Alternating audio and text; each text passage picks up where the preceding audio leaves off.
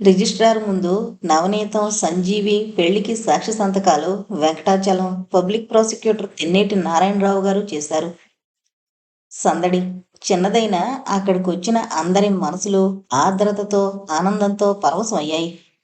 విషయం తెలిసి రిజిస్ట్రారు దైవాధీనం గారు వధూవరులని అక్కడే నిలబెట్టి 2 పూలమాలలు తెప్పించి ఇద్దరి చేత ప్రత్యేకంగా దండలు మరిపించారు.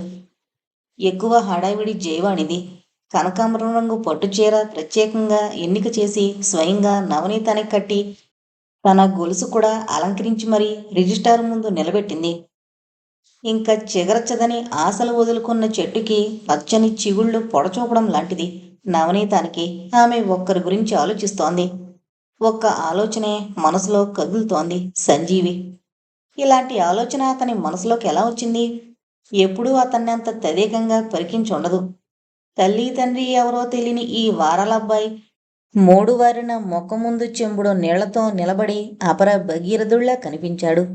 ఆర్ద్రత గౌరవాన్ని, సాధుత్వాన్ని పెంచుతుంది. భగవంతుడి ముందు భక్తుడి స్థితిని ఎవరో కవి వర్ణించాడు. నిర్వీర్యుడయ్యాడు అని. సంజీవి పట్ల నవనీతం పరిస్థితి అది. రాబోయే 100 ఏళ్ల జీవితంలో అతని పట్ల ఆమెకున్న అమితమైన గౌరవం మగాడి పట్ల ఆడదానికి ఉండాల్సిన కోరికని ఏ 10వ వరుసలోనూ ఉంచింది. ఆమె ఏనాడు అతనికి స్త్రీ ఇవ్వాల్సినంత సుఖాన్ని ఇవ్వలేకపోయింది. అతను పుచ్చుకోలేకపోయాడు. అయితే ఇద్దరిలోనూ ఆ ఆనందానికి ప్రాముఖ్యం లేదు. వారి సహజీవనం అకారణంగా ఎప్పుడూ తప్పటడుగు వేయలేదు. కుంటివాడికి చేతికర్రకి సహజీవనం ఎలాంటిది? భక్తుడికి భగవంతుడికి మధ్య సయోధ్య ఎలాంటిది? పోలిక ఏదైనా? వారిద్దరూ చుట్టూ ఉన్న సమాజం అబ్బురంతో చూసేంత ఆదర్శప్రాయమైన జంట అయ్యారు. జీవితం నష్టపోయిన ఇద్దరు కలుపుకున్న స్నేహం అది. ఇందులో స్వార్థం లేదు, ఆకాంక్ష లేదు, విపరీతమైన తృప్తుంది. రిజిస్ట్రార్ ఆఫీసులోంచి బయటకొచ్చాక ఒక ఆయన నీతో మాట్లాడడానికి అమెరికాలో ఎదురు చూస్తున్నాడు అని నవనీతం చెవిలో చెప్పాడు. నవనీతం ఆశ్చర్యంగా అతన్ని చూసింది. ఆమె మనసులో ఆ క్షణం కదిలిన ఒకే ఒక్క వ్యక్తి అదే తిరుమల. మీకెలా తెలుసు? అంది బలహీనంగా.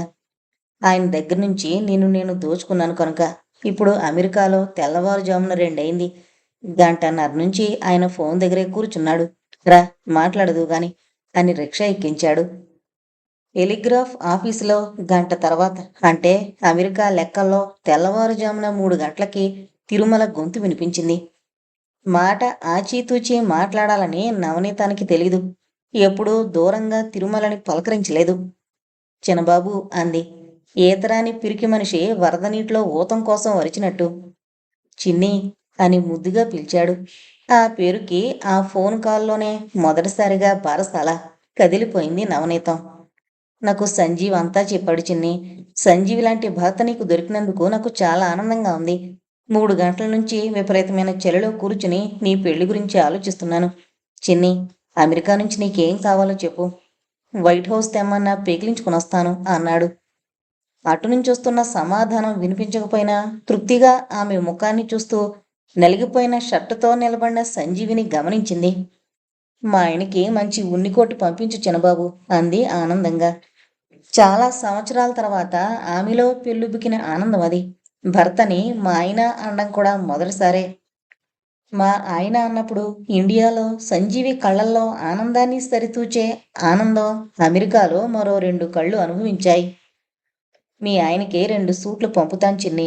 ఒకటి వాళ్ళ ఆవిడ అడిగింది, 2 ఆయన స్నేహితుడు ఆయన పెళ్లికిచ్చింది. దేవతలకి రెక్కలు కిరీటాలు ఉంటాయని పురాణాలు చెప్పాయి. మనలాగే 2 కాళ్ళు, ఓ ముక్కు, 2 చేతులు ఉంటాయని తెలీదు. నీ భర్త చాలామంది ఆడపిల్లలు కలలుగన్నా దొరకని దేవతామూర్తి. జాగ్రత్తగా దాచుకో. నవనీతం గర్వంగా తనని చూసే చూపుకి అర్థం సంజీవికి బోధపడలేదు. 2 ఖండాల దూరంలో 2 హృదయాలు పంచుకున్న రహస్యం అది. త్వరగా పెట్టేయ్. నాకు 450 రూపాయల బిల్లు అవుతుంది అన్నాడు సంజీవి. నవ్వుతూ ఫోన్ పెట్టేసింది. ఈ ఫోన్ కాల్ సంజీవి ఆమెకిచ్చిన పెళ్లి కానుక. ఈ ప్రపంచంలో ఆమె కోరుకునే ఒకే ఒక వ్యక్తితో పంచుకోవాలనుకున్న ఆనందాన్ని 450 రూపాయలతో సంజీవి ఆమెకి కొనిపెట్టాడు. జీవితంలో ఇంకా ఇంత ఆనందం మిగిలిందా అనుకుంది నవనీతం. దండలతో గుమ్మంలోకొచ్చి నిలబడిన నవనీతం సంజీవిని చూసి బిత్తరపోయారు సుభద్రాచార్యులు, వరదమ్మ, రుక్మిణమ్మ. దూరం నుంచే ముగ్గురికి పాదాభివందనాలు చేశారు ఇద్దరు. వెంకటాచలం జరిగిన సందర్భాన్ని వివరించాడు. దైవానుగ్రహం, మనుషుల్లోనూ దేవుళ్ళుంటారు.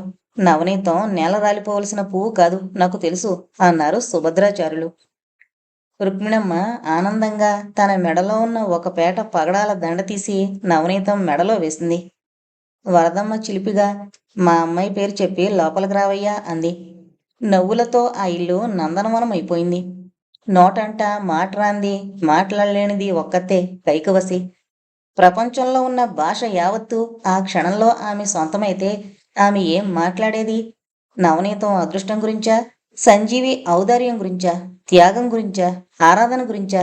దగ్గరకు అల్లుడు కూతురు నడిచొచ్చినప్పుడు కూతుర్ని చూడలేదు కైకవసి. అమాంతం అల్లుడి కాళ్ల మీద పడి బోరుమంది. ఆ దృశ్యానికి అక్కడున్న వాళ్ళంతా కదిలిపోయారు. వరదమ్మ కైకవసిని లేవదీసింది. నవనీతం రాకతో సంజీవి దశ తిరిగింది. నవనీతం కేసులో సంజీవి పెద్దగా కృషి చేసిందేం లేదు, చేయవలసింది లేదు. అయితే కేసు కంటే నవనీతం తీరా గెలిచాక గెలుపు కంటే ఇద్దరి వివాహం చాలా మందిని ఆకర్షించింది. నలుగురు చేయలేని పని ఏ ఒక్కడో చేయడానికే గొప్పతనమని పేరు పెట్టుకుంటాం. అది మనకి సాధ్యమయ్యే స్థితిలో ఉంటే ఈర్షపడతాం. సాధ్యం కాని స్థితిలో ఉంటే అదృష్టమని సరిపెట్టుకుంటాం. కలలో కూడా ఊహించని స్థితిలో ఆ పని జరిపితే ఆయనకి మహానుభావుడని బిరుదిచ్చి మరిచిపోతాం. వీటన్నింటికీ దగ్గరలో సంజీవి పరపతి ఇమిడింది.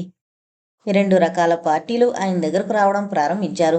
ఎక్కడా సమాధానం దొరక్క కేవలం సెంటిమెంటుతోనో చాకచక్యంతోనో సాధించాల్సిన కేసులు, పాపర్ దావాలు. నిజానికి పాపర్ కేసులు తగు మాత్రం ఫీజుతో చేపట్టే పని సంజీవి చేతిలో పడింది. సంజీవి దురాశపరుడు కాదు. కాగా అతనికి జీవితం నేర్పిన పాఠం దేనిమీద ఆశ పెంచుకోకు, వచ్చింది చేతికి దక్కినందుకే ఆనందించమని. నవనీతంతో చాలా హార్దికమైన సంసారాన్ని ప్రారంభించాడు. ఇద్దరికీ ఒకరికొకరు కొత్త రుచిని జీవితాలకు చేర్చారు. వివాహంతో నిజమైన అన్యోన్యతను సాధించిన అపురూపమైన సుకృతిగా ఎదురయ్యే సందర్భం అది. ఇదే సమయంలో మరొక వివాహానికి ఇంకొక వ్యక్తి రకరకాల ఉచ్చులు పన్నుతున్నాడు. ఆయన రాఘవాచారి. అయితే అందులో దురుద్దేశం లేదు, తెలివితేటల పాలు ఎక్కువ ఉంది.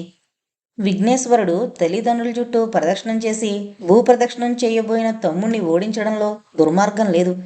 దేవుడు కనుక ఆ లౌక్యానికి మేధస్సు లేబులంటించారు పెద్దలు. రాఘవాచారి విషయంలో విఘ్నేశ్వరరావు గారికి తీసిపోని మేధస్సునే ఉపయోగించాడు. అంత ప్రయత్నం ఎందుకు? పాడు వంటి అందమైన చదువుకున్న అమ్మాయికి ప్రయత్నిస్తే తిరుమల కంటే మంచి సంబంధం దొరకదా? నిజానికి దొరకదు. కారణం పెళ్లి విషయంలో రాఘవాచారికి కొన్ని లక్ష్యాలున్నాయి, కొన్ని అనుభవాలున్నాయి, కొన్ని పరిధులున్నాయి. పాడ్ ఎట్టి పరిస్థితుల్లోనూ ఇండియాలో ఉండే పిల్ల కాదు. అమెరికాలో పెరిగిన అబ్బాయిలు ఇండియాలో అమ్మాయిల్ని పెళ్లి చేసుకుని అమెరికా తీసుకుపోతే లక్షణంగా ప్యాంట్లు తొడుక్కొని నుదుటిన బొట్టు చెరిపేసుకుని లక్ష్మీ లక్కీగా, సావిత్రి చెవిగా ఉన్నాయి. కానీ అమెరికాలో పెరిగిన ఏ ఆడపిల్ల ఇండియాలో పెరిగిన కుర్రాన్ని పెళ్లి చేసుకుని అమెరికా వెళ్ళాక గాని ఇండియా వచ్చి గాని సుఖంగా కాపురం చేసిన సందర్భాలు ఒక్కటి కూడా లేవు. ఇది రాఘవాచారికి బాగా తెలుసు. అందుకు కారణం అమెరికా వాతావరణానికి మారిన ఆడపిల్ల ధోరణిలోకి మగాడు మారడం కష్టం. ఎందుకంటే పురుషాధిక్యతతో పెరిగిన వాతావరణంలోంచి కుర్రాడు వెళుతున్నాడు కనుక. అయితే స్త్రీలు సావిత్రి, అనసూయ, అరుంధతి మోడల్స్లో తండ్రులు తయారు చేశారు. భర్త దుర్మార్గుడైతే దుర్మార్గంతో సరిపెట్టుకోవడం, ఫ్యాషన్ మనిషి అయితే అతనికి నచ్చే విధంగా ఫ్యాషన్లకి అలవాటు పడడం, సంస్కృతిలోనే అలవాటు చేయడం కష్టం కాదు. మార్పు ఆడపిల్లల సైకిలో భాగంగా ఆ సంస్కృతి పెంచింది కనుక. మ్యాథమెటికల్ ఫిజిక్స్ ప్రొఫెసర్గా రాఘవాచారికి ఈ ఈక్వేషన్ బాగా తెలుసు. తాగుబోతువాడికి తాగుడిని అర్థం చేసుకునే పెళ్ళం కావాలి. భగవద్గీతని పారాయణం చేసే మొగుడికి మహాపాతివ్రత్యం మీద నమ్మకం ఉన్న భార్య కావాలి. తప్పనిసరిగా అమెరికా వైపే దృష్టి సారించిన అమ్మాయికి తప్పనిసరి పరిస్థితుల్లో అమెరికాలో అడుగు పెడుతున్న కుర్రాడు భర్త కావడం క్షేమం. అయితే అతనికంటే ముందు అమ్మాయి అమెరికాకు అలవాటు పడిందా పెళ్లి చెడిపోతుంది. అమెరికా కంటే ముందు ఆ అబ్బాయికి అలవాటు పడాలి. ఇది బూతుగా అనుకున్న మాట కాదు. అందుకనే తిరుమల అమెరికా వెళ్ళేదాకా పాడ్ అమెరికా ఊసెత్తకుండా ఆపాడు. తీరా తిరుమల అమెరికా వెళ్ళాక పాడ్ అమెరికా యాత్రకి అన్ని ప్లాన్లు పూర్తి చేశాడు. ఇప్పుడు ఈక్వేషన్ కరెక్ట్గా ఉంది. అమెరికాలో ఉన్న కుర్రాడు ఇండియా నుంచి వచ్చినా, రావడానికి సిద్ధంగా ఉన్నా, రావడానికి ఇష్టపడుతున్న అమ్మాయిని అమెరికాలో కలుసుకోబోతున్నాడు. ఇక ఈ పెళ్లి ఫెయిల్ అయ్యే అవకాశం లేదు. పాడ్ తెలివైన అమ్మాయి, పైగా నాన్న కూతురు. ఎకనామిక్స్ ఆనర్స్ ఫస్ట్ క్లాసులో పాస్ అయింది. అయితే తిరుమల కోసం అమెరికాలో జనరల్ ఎలక్ట్రిక్ కంపెనీ అరులు చాచినట్టుగా ఆమె కోసం ఎవరూ అరులు చాచలేదు. అయినా ఆమెకి ఓ చిన్న సైజు ఉద్యోగం స్నేహితుల సహాయంతో చూసి పెట్టాడు. ఆ ఉద్యోగానికి ఆమె ఎకనామిక్స్ ఆనర్స్ అవసరం బొత్తిగా లేదు. ఇంగ్లీషు మాట్లాడే మంచి శరీరం ఉన్న అమ్మాయి చాలు. ఆ రెండూ పాడుకున్నాయి. ఇది బ్రెయిన్ డ్రైన్ కాదా అని అడిగాడు ఓ మిత్రుడు రాఘవాచారిని. రాఘవాచారికి కావలసినంత సెన్స్ ఆఫ్ హ్యూమర్ ఉంది. నవ్వే, కాదు, ఇది brain in the drain. I am trying to salvage it అన్నాడు. కానీ ఎలా? అమెరికాలో ఏది ఆశ్చర్యం కాదు. అమెరికా బతుకి అరులు చాచిన ఎంఏలు తీరా ఈ డిగ్రీ ఆ దేశంలో చెల్లదంటే కేవలం ఉపాధి కోసం గ్యాస్ స్టేషన్లో గ్యాస్ నింపే పనికి కుదురుకోవడం తెలుసు.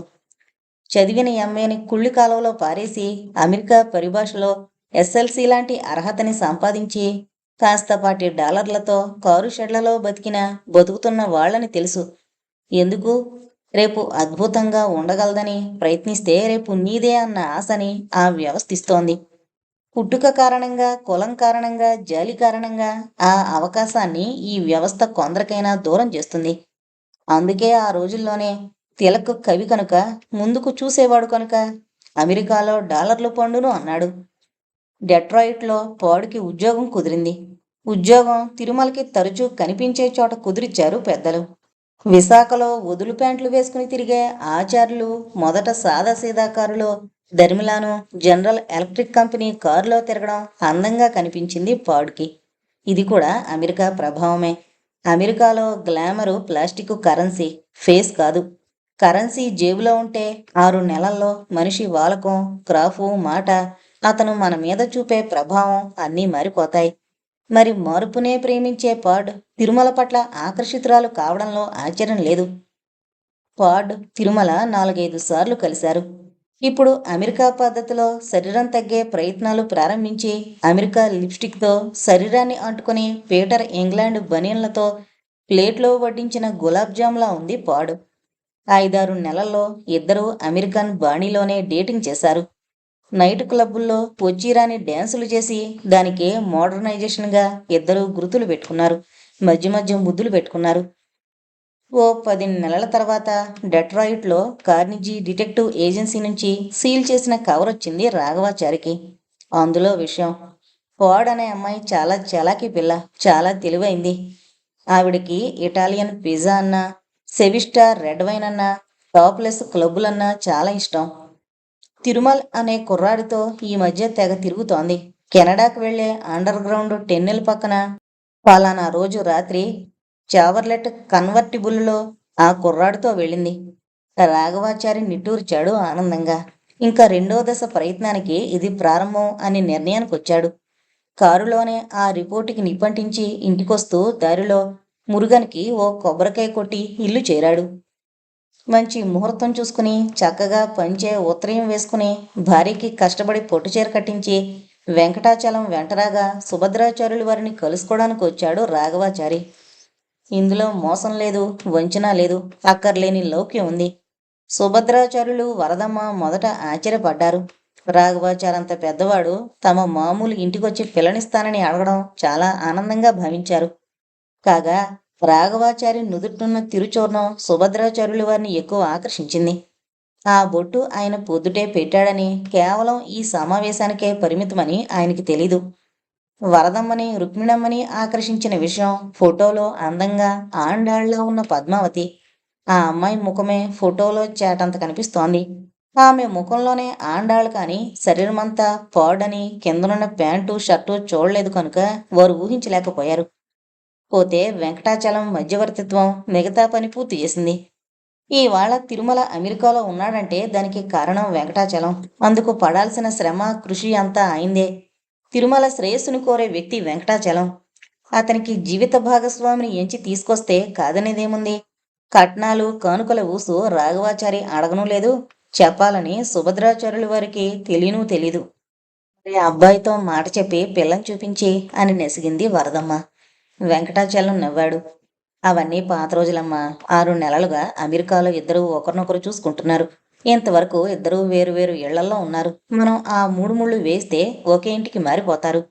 టూకీగా కథని క్రోడీకరించాడు వెంకటాచలం. అతను పొరపాటు పడ్డాడు. డెట్రాయిట్లో కాబోయే వధూవరులిద్దరూ దాదాపు ఒకింటికే మారిపోయారు. ఎంతో కొంత తండ్రి మనసులో తిరుమల అల్లుడు కావాలని కోరుకున్నదన్న ఆలోచనని పసిగట్టింది పాడు. సాంప్రదాయాన్ని తెంచుకునే సాహసం ఇంకా చేయలేని తిరుమల కాస్త ఆలోచనల్ని సడలించే వయసు సహాయంతో జీవితంలో రూల్స్ని సడలించాడు. ప్రహ్లాద కళ్యాణ మండపంలో అతి ఘనంగా పెళ్లి ఏర్పాట్లు చేశాడు రాఘవాచారి. ఆ రోజుల్లో ఆ వివాహం అతి వైభవంగా, ఇటు సాంప్రదాయం అటు అధునాతన పోకడలు దెబ్బతినకుండా జరిగిన వివాహం. పెళ్ళికొడుకు పెళ్ళికూతురు అమెరికా నుంచి ఒకే విమానంలో, ఒకే కారులో, ఒకే ఇంటికొచ్చారు. ఇంకా నూతన వధువు గృహప్రవేశానికి 4-5 రోజుల వ్యవధి ఉంది కనుక గుమ్మంలోంచే వరదమ్మకి రుక్మిణమ్మకి బాయ్ చెప్పి తిరుమలని ఇంటి దగ్గర దింపి తన ఇంటికి వెళ్ళిపోయింది. పాడ్, ప్యాంటు, షర్టు, గాగుల్స్తో ఉన్న అమ్మాయే తమకి కాబోయే కోడలని ఇద్దరూ పోల్చుకోలేకపోయారు. చెప్పాలని తిరుమల ప్రయత్నించనూ లేదు. పెళ్లిలో మగ పెళ్లివారి తరపున ఊపిరి తిరగకుండా పనిచేసిన వాళ్ళిద్దరూ నవనీతం, కూర్మయ్య. ఊపిరి సలపని పనులన్నీ వెనక నుండి సవరించిన వాళ్ళిద్దరూ వెంకటాచలం, సంజీవి. ఊపిరి బిగబట్టి ఆనందంతో తబ్బిబ్బైపోయిన వాళ్ళిద్దరూ వరదమ్మ, రుక్మిణమ్మ. బుల్లిరాజు గారు మలేరియాతో కాయిలా పడి ముహూర్తం వేళకి బుచ్చియమ్మని తీసుకుని టాక్సీలో వచ్చారు. అందరినీ మించి ఈ పెళ్లి జరిపిస్తోన్న సుభద్రాచార్యుల మనసులో ఏం జరుగుతోందో. తన కొడుకు ఈసారి తనకింకా దూరమవుతున్నట్టు అనిపించింది. ఉద్యోగానికి వెళ్ళినప్పటికంటే తిరిగొచ్చిన తిరుమలలో నాగరికత విభిన్నంగా కొట్టొచ్చినట్టు కనిపించింది. గోస్తాని నదికి తెల్లవారుజామునే తనతో నడిచొచ్చిన ఒటువుని గుర్తుపట్టడానికి ప్రయత్నించారు ఆచార్యులు గారు. కానీ ఎక్కడా వెతకడానికి ప్రయత్నించినా తిరుమలలో కనిపించలేదు. ఈ వివాహ మహోత్సవమంతా ఆచార్యులు గారి మనసులో ఏదో మూల దిగులుని మిగిల్చింది. అలాగని కింద వదనంతో కూర్చోలేదు. వియ్యంకుడికి వియ్యపురాలకి ఖరీదైన పొట్టుబట్టలు పెట్టి రామేశ్వరం నుంచి రుద్రాక్షలు తెప్పించి బంగారు పువ్వుతో హారం చేయించి ఆయన చేతుల్లో పెట్టి పాదావందనం చేశాడు రాఘవాచారి. లావణ్య చెయ్యాలనుకుంది, కానీ శరీరం సహకరించలేదు. గుమ్మంలో అడుగుపెట్టిన నూతన వధువును చూసి పొంగిపోయింది రుక్మిణమ్మ. సిరియా తిరుమడల్, తిరువాయ్మొళి, ధనుర్మాసాల్లో ఇయ్యల సొత్తు నైవేద్యం, ఈ సాంప్రదాయాన్ని దాటి ప్రపంచం ఎంత దూరం ప్రయాణం చేసింది. తన మనవడు ఎంత మారిపోయాడు. పలకరించే వాళ్ళందరితో అలవోకగా తనకు అర్థం కాని ఇంగ్లీష్లో మాట్లాడుతున్న ఆడపిల్లల నాజుగ్గా ఉన్న తిరుమలని చూస్తూ ఆనంద పారవస్యంలో అలాగే గోడ కానుకుని కూర్చుని కళ్ళు మూసుకుంది రుక్మిణమ్మ. అందరి భోజనాలు ముగిశాక అత్తగారిని భోజనానికి పిలవాలని ఆమె కోసం వెతికింది వరదమ్మ. అప్పుడు గోడ కానుకుని నిద్రపోతున్న రుక్మిణమ్మని చూసింది. ఎంత కదిపినా లేవలేదు రుక్మిణమ్మ. భయంతో సుభద్రాచార్యుల వారిని పిలుచుకునొచ్చింది. మరో గంటకి రుక్మిణమ్మని అమెరికన్ ఆసుపత్రికి చేర్చారు. అప్పుడే పొసు బట్టలు తీసి ప్యాంటు తొడిగాడు పెళ్ళికొడుకు. నాయనమ్మ పక్కనే కదలక కూర్చున్నాడు. ఆమె ఒడిలో తనకెన్నో మధుర స్మృతులున్నాయి. గుడ్డి దీపం వెలుగులో కుంతీమాధవస్వామి ఆలయం పక్క గదిలో ఇంగ్లీష్ అక్షరాలు రాసే మనవణ్ణి తదేకంగా చూస్తూ కూర్చునేది రుక్మిణమ్మ. లక్ష్యాన్ని సాధించాలనే పట్టుదలతో కుర్రాడు నిద్రపోయేవాడు కాదు. మనవడి మీద వాత్సల్యంతో ఆమె నిద్రపోయేది కాదు. ఆ ఇంట్లో ఎవరికీ కాఫీ అలవాట్లేదు. కానీ మనవడి కోసం కాస్త పొడి తెప్పించి ఓ రాత్రప్పుడు కాఫీ కలిపిచ్చేది రుక్మిణమ్మ. అదే నాయనమ్మ మనవడి మధ్య రహస్యం. కుర్రాడు బాగా చదువుకుని కాస్త ముందుకు పోయి పెద్ద పెద్ద విషయాలు తెలుసుకున్నప్పుడు ప్రత్యేకంగా అడిగి తనకు అర్థం కానివన్నీ చెప్పించుకుని వినేది. ఆవిడికి ఆ క్షణాల్లో ఒకటే అర్థమయ్యేది. అటు 7 తరాలు ఇటు 7 తరాల్లో ఎవరూ ఊహించలేని చదువు తన మనవడు సాధిస్తున్నాడని. మార్పు కొందరిని భయపెడుతుంది, కొందరిని జోకొడుతుంది, కొందరిని ఆనందింపజేస్తుంది. సుభద్రాచార్యులు భయపడ్డారు. వరదమ్మ నిర్లిప్తంగా అర్థం చేసుకుంది.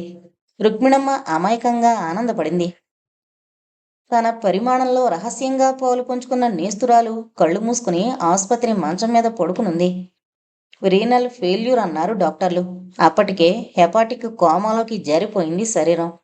మరో 4 రోజులు ప్రాణాల్ని ఆ పల్చటి ఎముకల గూడులో నిలపగలిగారు డాక్టర్లు. ఆ తర్వాత వాళ్ళ చేతుల్లో ఏమీ మిగల్లేదు.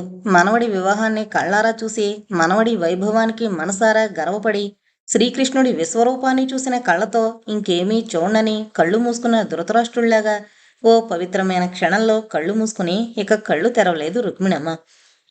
చాలా ఇబ్బంది పడుతూనే అంత్యక్రియలన్నీ జరిపారు సుభద్రాచార్యులు.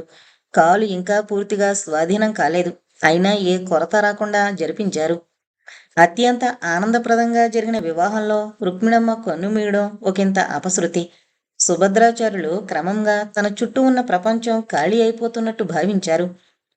ముందు తరం తన జీవిత భాగస్వామిని వెతుక్కుని దూరమైంది. వెనక తరం శాశ్వతంగా సెలవు తీసుకుంది. వంశపారంపర్యంగా వస్తున్న ధార్మిక జీవనాన్ని వదులుకుని ఇక్కడ ఏం చేస్తున్నట్టు, ఏం చెయ్యాలో, ఎక్కడికి పోవాలో తెలియని అవస్థలో నిలిచిపోయింది ఆయన జీవితం. కూరమయ్య ఆ పెళ్లిలోనే 12 ఏళ్ల ఆండాళ్ళకి కాలిన్స్ డిక్షనరీ కొనిచ్చాడు. మాటలో పొరపాటుని చెప్పిన వాళ్లే కాక విన్నవాళ్లు సులువుగా మరిచిపోవచ్చు. రాతలో పొరపాటుకి ఎల్లకాలం సాక్ష్యం ఉంటుంది. విజ్ఞానానికి వాచుడాగ్ డిక్షనరీ అంటూ ఇచ్చాడు. ఇస్తున్నప్పుడు అతని వేళ్ల నల్లదనం పుస్తకానికి అంటుకున్నట్టు అనిపించింది. అందరిలో తనకెందుకు బహుమతి ఇచ్చాడో అర్థం కాలేదు ఆండాళ్ళకి. డిక్షనరీ తీసుకుని ఆ హడావిడిలో నాన్నగారి సందుగా పెట్టెలో పడేసి మరిచిపోయింది. పద్మనాభం వచ్చిన కొడుకుని చూసి సానయ్య పొంగిపోయాడు. ఏట్రన్ నంజి కొడక, నువ్వింత చదువు చదివాక కూడా నేను మట్టి పిసుక్కోవాలా అన్నాడు ఆప్యాయంగా. నొలక మంచం మీద కూర్చుని మట్టిలో సగం కాళ్ళు దిగబడిపోయిన తల్లిని తండ్రిని చూస్తూ చెప్పాడు కూరమయ్య. మట్టి పిసుకోవడం నేరమూ కాదు, హేయమూ కాదు. ఆ మాట వాళ్ళిద్దరికీ అర్థం కాలేదు. అంటే సిగ్గుపడే పని కాదు. చదువు వృత్తిని బాగు చేసుకోమంటుంది కానీ మానుకోమని చెప్పదు. అయితే సచ్చేదాకా నన్ను మట్టి పిసుకోమంటావా నీ? మాట పూర్తి కాకుండా ఆపింది భరతని. ఒరే, నాన్నకి ఓ తెల్లటి సొక్కా కొనివ్వవు అని అడిగింది. ఆ సాయంకాలమే భీమ్లి వెళ్ళి ఓ ముతక పంచ, ఓ గ్లాస్కో చొక్కా కుట్టించి తెచ్చాడు కూరమయ్య. పద్మనాభంలో 3 రోజులున్నాడు. ఆ 3 రోజులు విడవకుండా తొడిగి చొక్కా నిండా బీడులు దోపి మట్టి మరకలు చేసి కూరమయ్య పట్నం వెళ్లే సమయానికి చొక్కాని చింపేశాడు సానయ్య. కూరమయ్య నవ్వుకున్నాడు. కొడుకుల అవతారాన్ని పోలీస్ స్టేషన్కి వెళ్లి పలకరించాడు కూరమయ్య. గాబర్డీన్ ప్యాంటు షర్ట్లో ఉన్న కూరమయ్యని చూసి, అమ్మనా కొడక, ఎంతటి వాడివైపోయినావురా అని భుజం తట్టి పలకరించి టీ తెప్పించాడు. తన మొదటి గురువుకి రాజమండ్రి కోటగుమ్మం చుట్టల్ని 2 కట్టలు బహుకరించాడు. ఆప్యాయంగా కబుర్లు చెప్పాడు అవతారం. మా బెమ్మిగాళ్ళకి చదువు తప్ప మరోటబ్బదు. ఇంకా తెలివైనవాడైతే ఎదవలవాట్లు తప్పుడు లక్షణాలు అబ్బుతాయి. నీలాంటోళ్ళకి కష్టపడిన చదువు అబ్బదు. నీకు కుదిరింది, దాన్ని వదిలిపెట్టకు. నీలాంటోళ్ళకి దాన్ని భద్రంగా ఉంచుకోవడం ఎలాగో తెలుసు. జేబులు కొట్టే నా కొడుక్కి 100 రూపాయల కాగితం దొరికినట్టు. నువ్వు చాలా గొప్పడు అయిపోయాక నన్ను మెడ్రాస్ తీసుకెళ్ళి బుడ్డాపరేషన్ చేయించరా బాబు, నీకు పుణ్యం ఉంటుంది అన్నాడు. కూరమయ్య నవ్వుకున్నాడు. నేను గొప్పోడిని కావడానికి చాలా సంవత్సరాలు పడుతుంది. అంతవరకు దాన్ని పోషించకండి. మా ఫ్రెండ్ నాన్న హైదరాబాదులో డాక్టరు. ఆయన్ని కనుక్కొని ఏం చేయాలో రాస్తాను అన్నాడు. కూరమయ్య 2 చేతులు పట్టుకుని ఏడ్చినంత పనిచేశాడు కొడుకుల అవతారం. నా సర్వీసులో నీకు చదువు చెప్పడం నేను చేసిన గొప్ప పనిరా అన్నాడు శిష్యుడితో. విచిత్రంగా కూరమయ్య జీవితంలో ఈ సంభాషణ అతని లక్ష్యాన్ని నిర్దేశించింది. మరో 7 ఏళ్ల తర్వాత కూరమయ్య సర్జన్ కావడానికి, మరో 9 ఏళ్ల తర్వాత గొప్ప సర్జన్ కావడానికి కొడుకుల అవతారం ఊహించని స్ఫూర్తినిచ్చాడు. కానీ ఆ క్షణంలో కూరమయ్య నవ్వుకున్నాడు. అవతారం బేలతనానికి జాలిపడ్డాడు. కానీ మరో 2 ఏళ్ల తర్వాత ఆ క్షణం ఎంత బలమైన ముద్ర వేసిందో గుర్తుకొచ్చింది. అది ముందు కథ. సుభద్రాచార్యులు వారి వానప్రస్థం గంభీరంగానే ప్రారంభమైంది. ఆయన ఊళ్ళోనే ఉన్నారని తెలిసిన ఓ భక్తుడు గరుడ బంగారాజు గారు జగన్నాథస్వామి దేవాలయానికి వంశ పారంపర్యంగా ధర్మకర్త. వాదాన్యులు, వైశ్యులు, బట్టల వ్యాపారం. కోపం వస్తే అగ్నిహోత్రుడైపోతాడు. కానీ ఎప్పుడూ కోపం రాదు. ఎందుకు కోపం రావాలో తెలిసిన వ్యాపారి కనుక. ఆయన ఆచార్యుల వారి దగ్గరికి వచ్చి జగన్నాథస్వామి వారి ఆలయంలో ప్రతిరోజు పురాణ కాలక్షేపం జరపమని ఆహ్వానించాడు. అదొక్కటే సుభద్రాచార్యుల వారికి చేతనైన పని. కాగా సాయంకాలం అయ్యాక ఇరికగా గుడిలో కూర్చునే తన వయసు వారితో సత్సంగం అభిలాషణీయమే అంగీకరించాడు. ఈ విధంగా ఒక వ్యాపకం ఆచార్యుల వారికి ప్రారంభమైంది. ఆట విడుపుగా ప్రారంభమైన వ్యాసంగంలో రుచి క్రమంగా చెప్పే ఆయనకి వినే ప్రేక్షకులకి వంట పట్టింది. రోజంతా సాయంకాలం గడిచే 2 గంటల పురాణ కాలక్షేపానికి మనస వాచ సిద్ధపడేవారు ఆచార్యులు వారు. వంట ముగించుకుని ఆయనతో తను ఆలయానికి వెళ్ళి కూర్చునేది వరదమ్మ. అవకాశం ఉన్నప్పుడు ఆ ప్రేక్షకుల్లో వెంకటాచలం రాఘవాచారి ఉండేవారు. విదేశీ సాంప్రదాయాన్ని పుణికిపుచ్చుకుని పుట్టిన తన కూతురికి ఇంత ధార్మిక సంపదని వారసత్వంగా పుచ్చుకున్న తిరుమలని భర్తగా చేయగలిగినందుకు చాలా గర్వపడేవాడు రాఘవాచారి. ఆ రోజుల్లోనే అల్లుడి కాళ్ళు కడిగి కన్యాదానం చేసిన రాఘవాచారి సుభద్రాచార్యుల వారికి పాదావందనం చేయడము అలవాటు చేసుకున్నాడు. సాంప్రదాయంలో ఓ గంభీరమైన వాస్తవం ఉంది. దాన్ని అవలంబించడం సరే, దాన్ని అనుకరించిన కొంతవరకైనా సమాజంలో గౌరవం దక్కుతుంది. అనుసరించే సుభద్రాచార్యులు ఆ గౌరవాన్ని దక్కించుకుంటే, అనుకరించే రాఘవాచార్యులు అల్లుని దక్కించుకున్నాడు. అయితే ఇద్దరిలోనూ సంకల్పంలో దుర్మార్గం లేకపోవడం గమనార్హం. సంకల్పంలో స్వార్థం ఉన్న దొంగ సాధువులను గౌరవించి ఈ సమాజం ఎంతో కొంత అవమానం పాలవుతుంది. అయితే ఆ నష్టం స్వార్థాందే కానీ సమాజాంది కాదు. చైత్రశుద్ధ పంచమి నాడు సుభద్రాచార్యులు లేచి ఆరాధన ముగించుకుని కైంకర్యానికి ఎదురు చూస్తూ కూర్చున్నారు. దద్దోజనంతో పాటు గుమగుమలాడే చక్కెర పొంగలని స్వామి ముందుంచింది వరదమ్మ. ఆమె ముఖం ఆనందంతో వెలిగిపోతోంది. ఆచార్యులు వారు ఆశ్చర్యపోయారు. ఏంటి వాళ్ళ స్వామికి విశేషం అన్నారు. స్వామికి కాదు, మనకి అంది వరదమ్మ గుమ్మాన్ని ఆనుకొని భక్తిగా కూర్చుని. తిరువారాధన కానివ్వండి అంటూ. ఇంకా అర్థం కాలేదు. ఆమె పేదాలు పెరియాళ్వారు తిరుమొళిలో మొదటి 2 దశకాల్ని వల్లిస్తున్నాయి. వరద ఏమైంది అన్నారు ఆచార్యులు వారు ఆప్యాయంగా. రాత్రి నుంచి ఈ రోజుకి ఎదురు చూస్తున్నాను. ఇవాళ తిరుమల పుట్టినరోజు. సూర్యుడు ఉదయించడానికి అరగంట ముందే పుట్టాడు. ప్రతి సంవత్సరం మీతో గోస్తాని నదికి నడిచొచ్చే ముందు నా చెవిలో గుర్తు చేసేవాడు చక్కెర పొంగల్ గురించి. తిరువారాధన అయ్యాక నా దగ్గర కూర్చుని గోరుముద్దలు పెట్టించుకుని తినేవాడు.